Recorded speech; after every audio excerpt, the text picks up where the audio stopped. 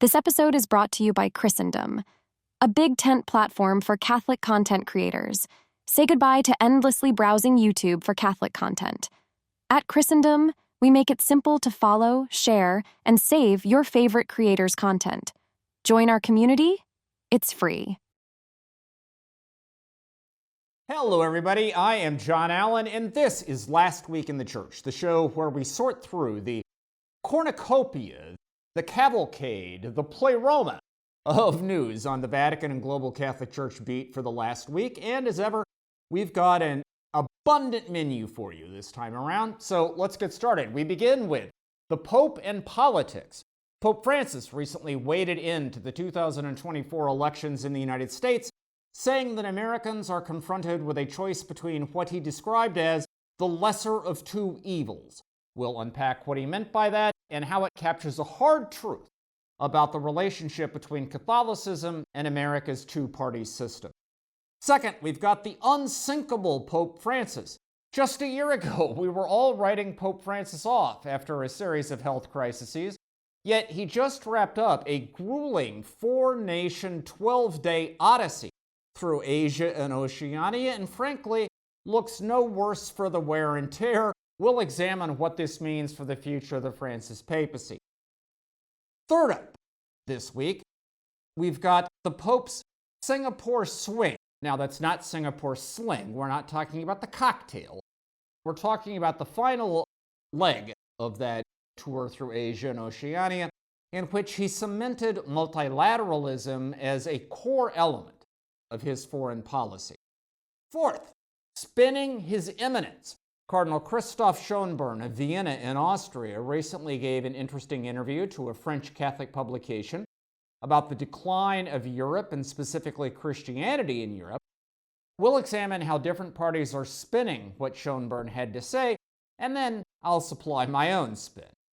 And finally this week, we've got Jubilee quality control, how the recent outing of a fake bishop and primate may illustrate a mounting effort by Vatican officials to make sure that frauds, imposters, fakers, and charlatans don't proliferate during the great Jubilee year of 2025.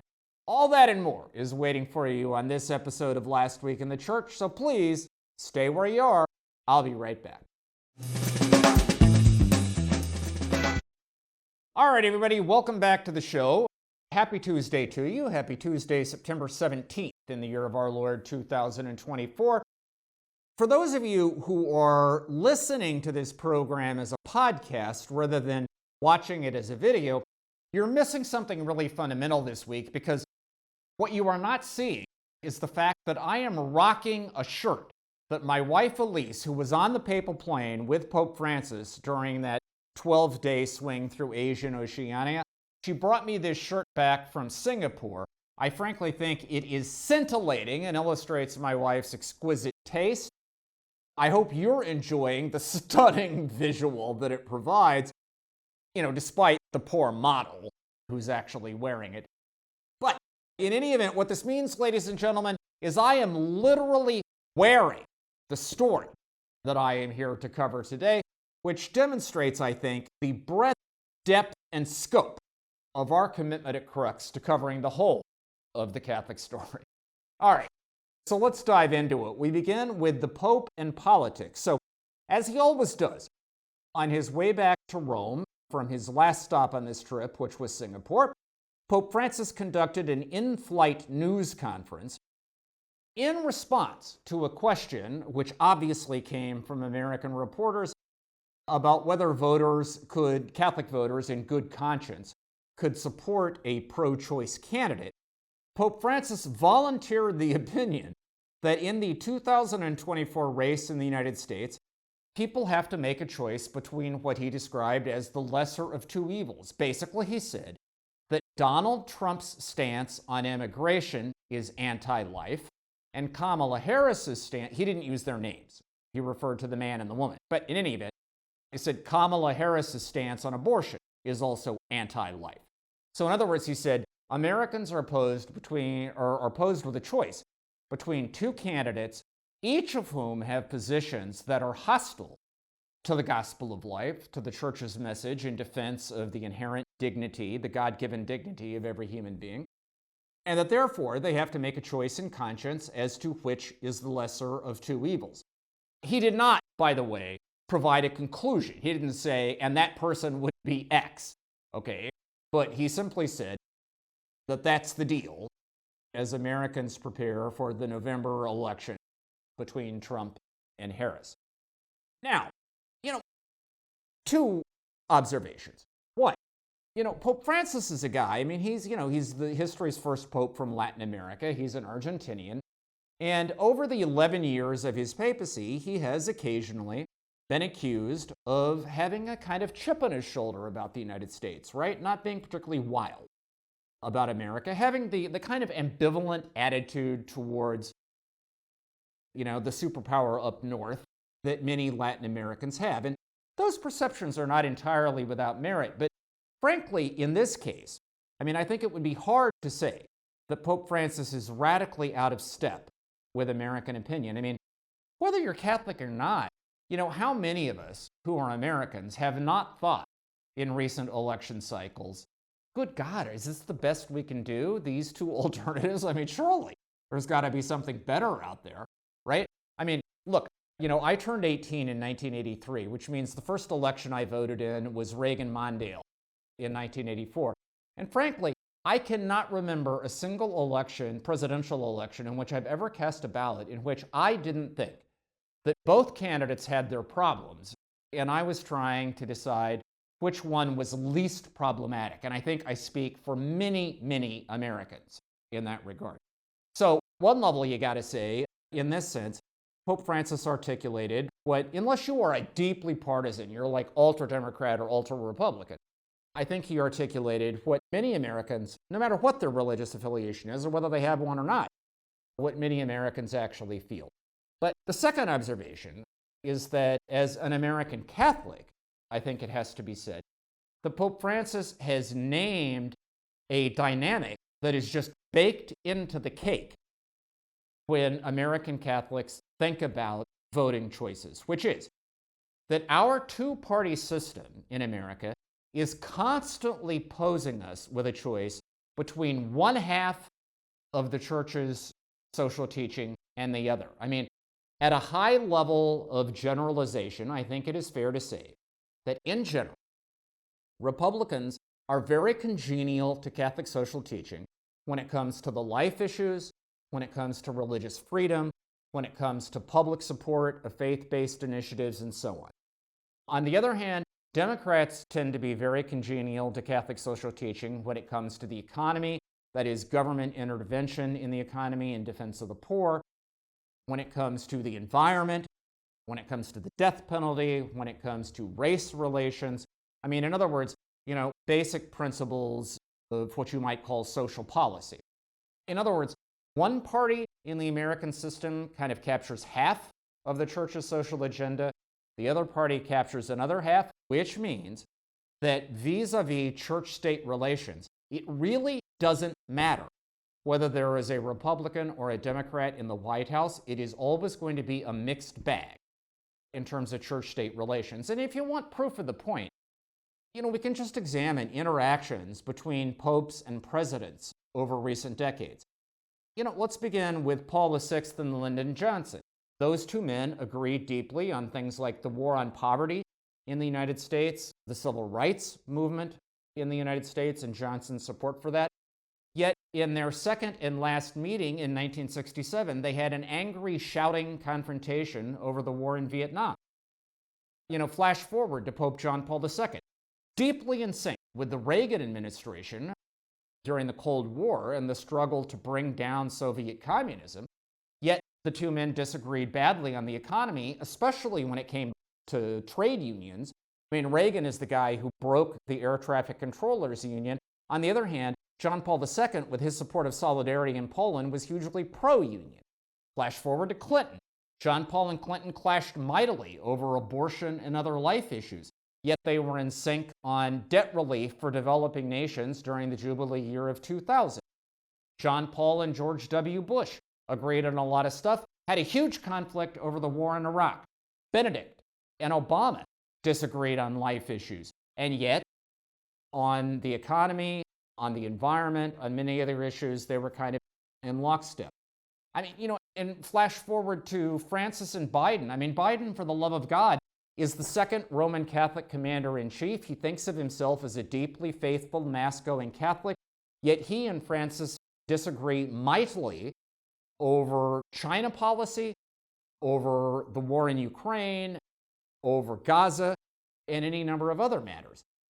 My point is that it is simply inevitable that no matter whether the candidate for the presidency is a Republican or a Democrat, there's going to be a mixed evaluation vis-a-vis Catholic social teaching.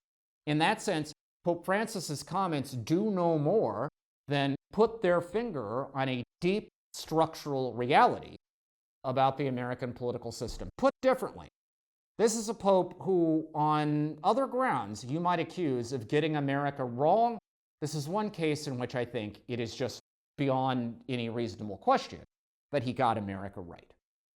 All right, second up this week, the unsinkable Francis. So just, a year ago, Pope Francis was coming off 3 surgeries that he has had during his time in office, including a couple of pretty serious procedures in gastrointestinal surgeries. He was struggling with serious respiratory difficulties that made it difficult for him to breathe and to speak. He had had to cancel a series of public events. His sciatica and the arthritis in his knee had confined him largely to a wheelchair. And many of us in the press corps were writing essentially early obituaries for Francis. I mean, here's a dirty little secret about the journalism business.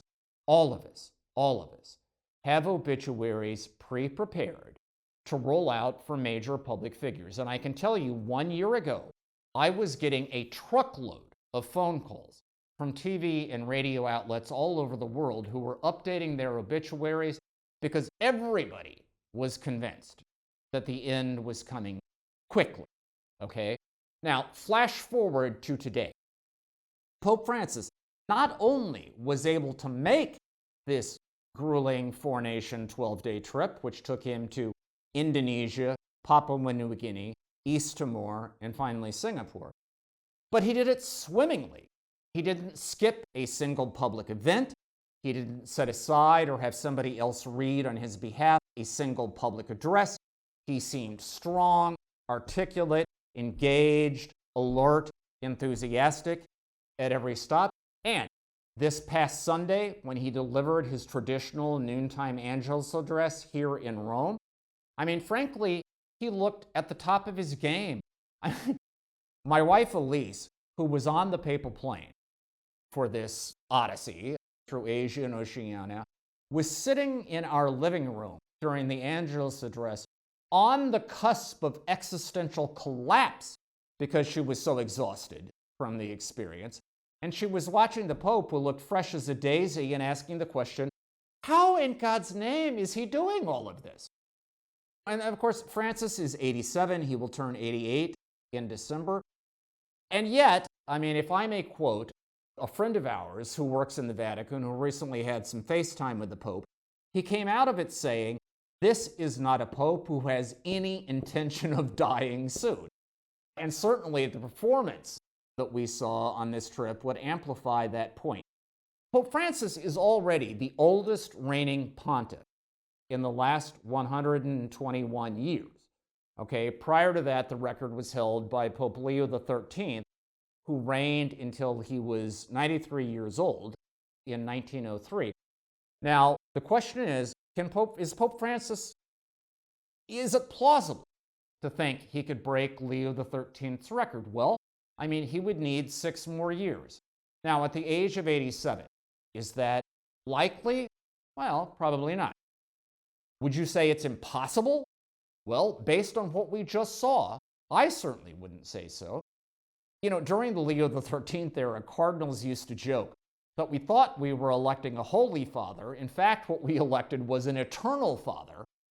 We may get around to something of the same take on Pope Francis. Look, the truth of it is, when you're in your late 80s, the dividing line between doing fine and being in serious danger. That dividing line is pretty thin, right?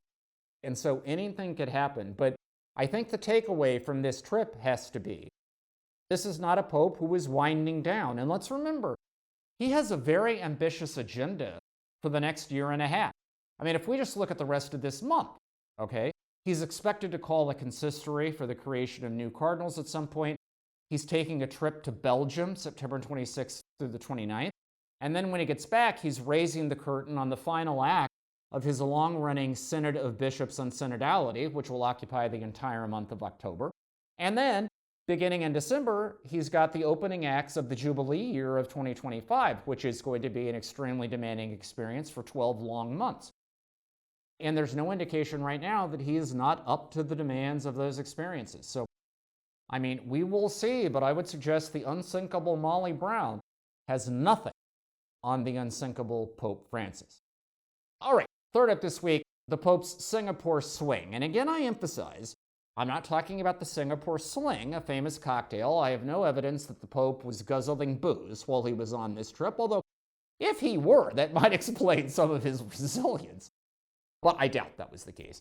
But in any event, what we're talking about here is his Singapore swing, his 3-day stop in Singapore, which was the concluding act of his Asia and Oceania trip. It was expected in advance that Singapore would be a platform through which the Pope could address China. And there was some, subtle messaging around China, none of which would alter the basic calculus that the Pope is interested in détente, in closer relations with China, and is on the cusp of renewing this agreement that the Vatican has with China on the appointment of Catholic bishops. But perhaps the more interesting thing was that in his address to public authorities in Singapore, the Pope made a point of praising Singapore's commitment to multilateralism. Now, multilateralism is, of course, a term used in foreign policy to refer to a system in which it's not just one or two superpowers that dominate global affairs, but in which there are multiple poles, right? Multiple centers of energy and leadership and imagination, so that you have a more participatory global system in which it isn't just a couple of voices who, because of their economic and military superiority, are able to kind of ram their agendas down everybody else's throat. Now, I think what is significant about this is that the Pope's stop in Singapore confirmed that this idea of multilateralism is an absolute cornerstone of what we might call his odd extra agenda, that is, his agenda outside the church, his foreign policy, to use the secular term. Remember that Francis is history's first pope from the developing world.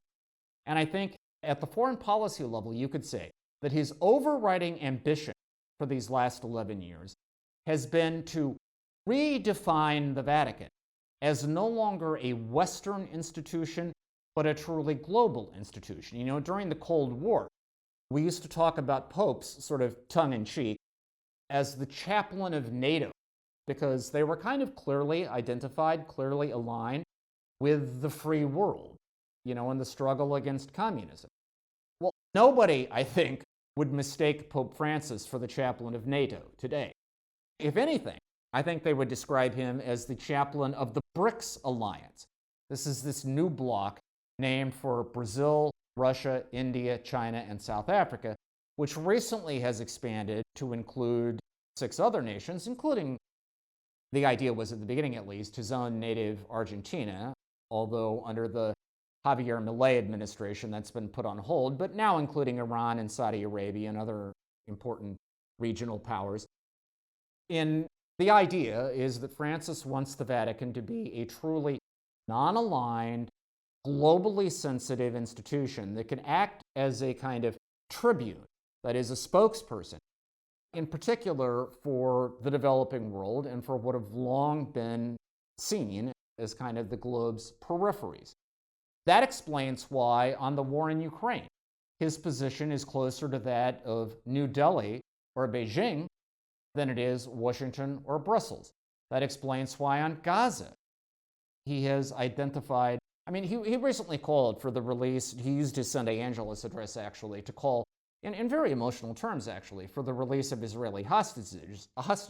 So it's not that he is insensitive to Israel's concerns in this conflict, but I think it would be fair to say that from the beginning, he has also highlighted what he perceives to be the injustices and second-class citizenship that Palestinians often experience. Again, a position that puts him in a different space than certainly the United States and at least some other Western powers. And his China policy is a clear example, both under the Trump administration and the Biden administration, of how Pope Francis has taken a position that is clearly at odds with the position of the White House, whether it was a conservative Republican or a liberal Democrat who was, sitting in the commander's chair. And the point here being that last stop in Singapore and the Pope's rhetoric on multilateralism, that was not just for the consumption of Singaporeans. It wasn't even just for the consumption of China. It was, in a sense, a précis, a summary of this Pope's entire foreign policy agenda. Put differently, in some ways, multilateralism and this idea of globalism is the Rosetta Stone that explains all of the odd extra, that is, the foreign policy choices this Pope has made over 11 years and the choices he is likely to make going forward. And remember, as we just said, that going forward may actually be a longer period of time than many of us thought. All right, fourth up this week, we've got spinning His Eminence. So, for a long time, Cardinal Christoph Schönborn of Vienna in Austria has been one of the most captivating, interesting, provocative figures in the College of Cardinals. He's now on the cusp of turning 80. He will be 80 in January. Actually, his birthday is January 22nd, which is 2 days after mine, January 20th. So maybe we can share a cake or something. But in any event, of course, at the age of 80, he will lose his right to participate in the next papal conclave. And, we will see whether or not the Pope accepts his resignation as the Archbishop of Vienna. But, for the last 30 years, there isn't a single Catholic drama in which Schönborn has not been a lead actor. He's been a key figure under 3 popes. He's taken part in 2 conclaves. He was, even before he became a bishop, he was the general editor of the new Catechism of the Catholic Church.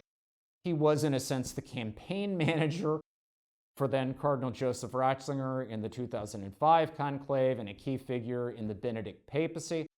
But he has also emerged as a key ally of Pope Francis, extending Pope Francis important support on issues such as communion for divorced and remarried Catholics, and also the blessing of same-sex unions. So, and I would say, intellectually, he is certainly one of the most lively figures in the College of Cardinals. He is a Dominican. He did his postdoctoral work under then Father Joseph Ratzinger at the University of Regensburg in Germany. Let me put it this way. If you were going to pick a quiz bowl team among the College of Cardinals, in other words, you were looking for the brightest bulbs in that body of individuals, Christoph Schönborn would probably be your first draft pick, okay? He would be the guy you absolutely want, okay? And so all that means that he's a little bit like, those old E.F. Hutton commercials in the United States. When he talks, people listen. Schönborn recently gave an interview to a French Catholic publication in which he talked about the decline of Europe, and specifically the decline of Christianity in Europe. Basically what he said is that given falling birth rates in Europe, which are now the lowest ever recorded in human history, and also giving rising levels of Islamic immigration into Europe, it is inevitable that Europe's footprint in the world and the footprint of Christianity within Europe is going to be in decline. Now, he didn't mean the lights are going out. He said there are still pockets of hope. He pointed to the fact, for instance, that there were 12,000 baptisms of children and adults in France last year as one positive sign. But in general, he said that Christians have to make their peace with the fact that Europe is simply increasingly going to be less relevant. He also said, by the way, that doesn't mean that we should be alarmed by this rising Islamic presence. Instead, he said we should seek a fraternal rapprochement with this new Muslim footprint in Europe. He said both Islam and Christianity have universal missions they can't just set aside, but that doesn't mean they have to be in conflict. Okay? Now, what is interesting is the way this interview was spun by different parties. Hawks spun the fact that Schönborn was talking about how Muslims are taking over Europe. Doves talked about the fact that he was echoing Pope Francis and saying, we should make friends with these Muslims. In other words, they each had their own kind of interpretations. Frankly, obviously, both of them are kind of partial readings of what Schönborn had to say. My own spin is this. What Schönborn demonstrates is the authentic Catholic instinct when it comes to the tensions between what we might call the Pope Benedict and the Pope Francis camps in Catholicism. These camps have been at loggerheads for the last 11 years. What Schönborn is showing is how to put the best of both together in a kind of creative emphasis. He's echoing Pope Benedict about the fact that Christianity's future in Europe is as a creative minority, Benedict's phrase, but he's also echoing Pope Francis that this doesn't have to be conflictual. They can actually be built on the basis of friendship with the other, especially the Islamic other. In other words, what Schönborn is modeling is the fact that as Catholics, we don't have to choose between the legacy of Pope Benedict and the legacy of Pope Francis. They are both authentically Catholic options, and they can be combined in a creative fashion. That's Schönborn's true gift. And if it's the last thing he does before he turns 80, it will still be an important element of his own legacy. That is, the inheritance he bequeaths to the Catholic Church. All right, finally this week, quality control for the Jubilee. So the Diocese of Rome on September 4th issued a statement announcing that a so-called bishop and primate of a prelature known as the Prelature of Saints Peter and Paul, an Italian by the name of Salvatore Micheleff, is actually a fake. They're saying this guy, who claims to be an archbishop and primate, was actually ordained a priest by Emanuele Malengo, the so-called Zambezi Zinger, an African archbishop who rose to prominence as an exorcist. He was suspended in 2006 because he got married by the Reverend Sung Myung Moon in one of those mass wedding ceremonies conducted by the Unification Church. He was then declared excommunicate because he ordained 4 guys as bishops without the Pope's permission, and he was finally laicized in 2009. This Salvatore guy was ordained as a priest by Malengo, ordained a bishop by 2 guys themselves ordained by Malengo. So the Diocese of Rome was saying this guy has no standing in the Catholic Church whatsoever. He has no permission to celebrate or even really to participate in Catholic sacraments in the Eternal City. Now, what's interesting is that this fake bishop and primate was denounced by the diocese in Fatima, Portugal, where the famed Marian shrine is, more than a year ago, because he was conducting illicit healing and exorcisms there at the shrine in Fatima. And they said at the time they'd reported the case to the Vatican. The question is, why did it take the Vatican, or in this case the Diocese of Rome acting on behalf of the Vatican, why did it take them more than a year to finally distance themselves from this guy? Well, what most observers believe is that this is actually about concerns for the Jubilee year next year. The Jubilee is expected to attract some 35 million additional pilgrims, visitors, tourists to Rome who want to be part of this huge slate of events that are going to be going on throughout the year. And the concern is that there might be a kind of cohort of fakes, imposters, charlatans, knaves, ne'er-do-wells, rascals, and rapscallions who might don cassocks and bishop's robes and descend on the Eternal City, kind of running their own parallel, unauthorized Jubilee events, and potentially, of course, fleecing people as part of that. That is, charging them for prayer services or healings or exorcisms or whatever. And so officials are kind of feeling an additional level of pressure to exercise what you might call quality control. So we'll see. But in any event, what this illustrates is that there I think there is mounting concern about the possibility of kind of rogue, unauthorized events during the Jubilee. The Vatican is trying to get its hands around it. This guy simply happens to be the first test case of what I'm sure is not going to be the last. All right, that's our show for this week. You can find full coverage of all these stories on the Crux site, that is cruxnow.com. We will be back here next week, same bat time, same bat channel. In the meantime, stay safe, stay healthy, have a fantastic and blessed week, and we will talk to you again very soon.